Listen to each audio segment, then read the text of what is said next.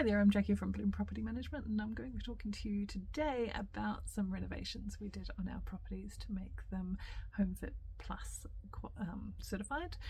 And this came on the back of doing retrofits for healthy houses, which is a criteria that all houses that are rental properties in New Zealand need to meet.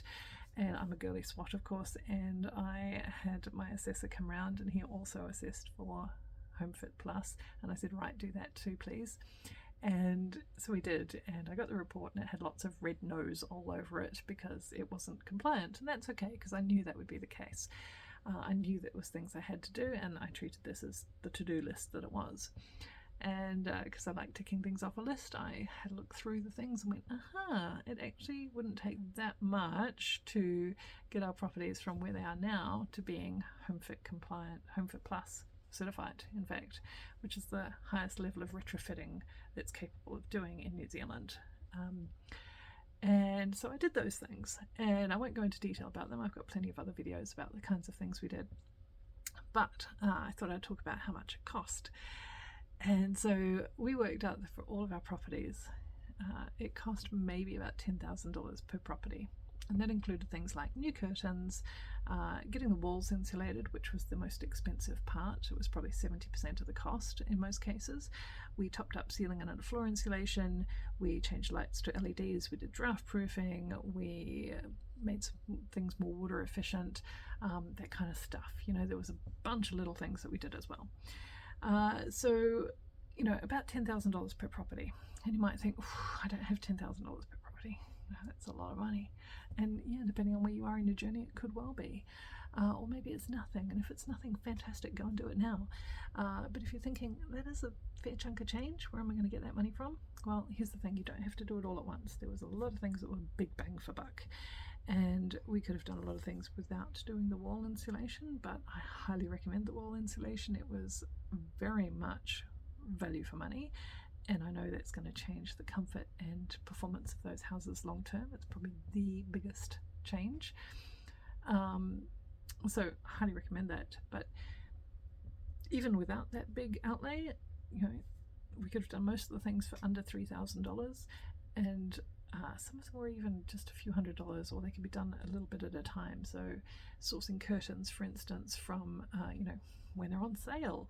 You know, I think we spent under $1,500 per property, so under $1,500 per property to get all of the windows changed for thermally lined, you know, or lined full length curtains, and fitting them really well to the properties.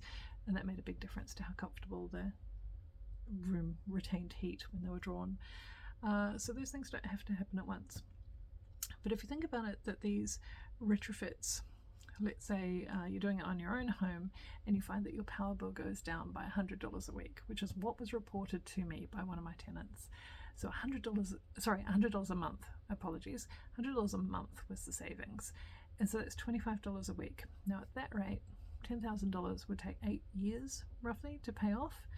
That's not actually a bad rate of return. That is pretty phenomenal. So if it was 10 years, that would be a 7% yield. So being paid in just 8 years, that's probably 9% or so return on investment. That's much better than you can get money in the bank at the moment. So instead of having your money in savings, go and spend it on some energy retrofits.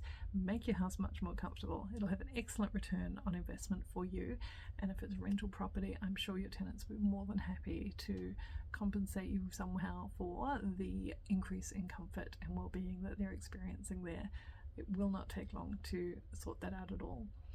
For my own properties, my return on investment was less than 4 years, and that was a lot through rent increases, but also there were some things I didn't have to do that I would have otherwise had to do. So by insulating the walls, let's say it cost me $7,000 to insulate walls in a property that had a heat pump in it, and the heat pump wasn't actually heating the space to the required amount because it had been installed a while ago under a different set of criteria.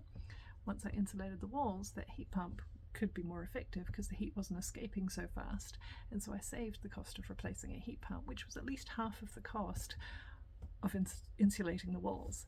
So by insulating the walls, I didn't have to get a new heat pump, and that I otherwise would have.